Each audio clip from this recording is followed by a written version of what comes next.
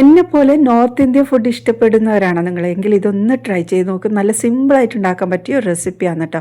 അപ്പോൾ കുക്കറിലോട്ട് കുറച്ച് ഓയിലും ബട്ടറും ചേർത്തിട്ട് അതിലേക്ക് ചെറിയ ജീരകവും സവാള, തക്കാളി, പച്ചമുളക്, ഇഞ്ചി, വെളുത്തുള്ളി പേസ്റ്റ് ഇത്രയും സാധനം ഇട്ട് നന്നായിട്ടൊന്ന് വഴറ്റിയെടുക്കാം. ഇനി ഇതിലോട്ട് മുളക് പൊടി, മല്ലിപ്പൊടി, മഞ്ഞൾപ്പൊടി, പിന്നെ ചെറിയ ജീരകത്തിൻ്റെ പൊടി ഉണ്ടെങ്കിൽ അതും ചേർക്കാം. പിന്നെ പാവ് ഭാജി മസാല ഉണ്ടെങ്കിൽ അതും കൂടി ചേർത്തിട്ട് നന്നായിട്ട് ഇളക്കിയെടുക്കാം. ഇനി ഇതിലോട്ട് കുറച്ച് വെജിറ്റബിൾസ് ചേർക്കുക. അപ്പോൾ തലേന്ന് കുതിർത്ത് വെച്ച ഗ്രീൻ പീസ് ചേർത്ത് ക്യാരറ്റ്, ക്യാപ്സിക്കമും ചേർത്തിട്ട് നന്നായി ഇളക്കിയെടുക്കുക. അപ്പോൾ ഇതിൽ നമ്മളെ കയ്യിൽ ഏതൊക്കെ വെജിറ്റബിൾസ് ഉണ്ട് അതെല്ലാം ചേർത്ത് കൊടുക്കാം കേട്ടോ. ഇനി ഇതിൽ പാകത്തിനുള്ള ഉപ്പും വെള്ളം ഒഴിച്ചിട്ട് കുക്കർ അടച്ച് വെച്ച് നല്ല രീതിയിൽ വേവിച്ചെടുക്കാം.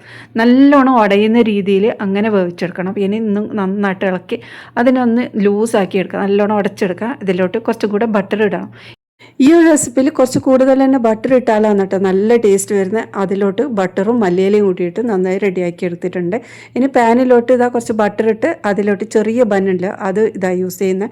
അത് നല്ലോണം സ്പ്രെഡ് ചെയ്തെടുക്കാം. പുറത്ത് ഉള്ളിലോട്ടാക്കിയിട്ട് സ്പ്രെഡ് ചെയ്തതിന് ശേഷം നമ്മൾ കഴിക്കുമ്പോൾ ഈ ഒരു രീതിയിൽ കഴിക്കണം കേട്ടോ. അപ്പോൾ അടിപൊളി ടേസ്റ്റാണ്.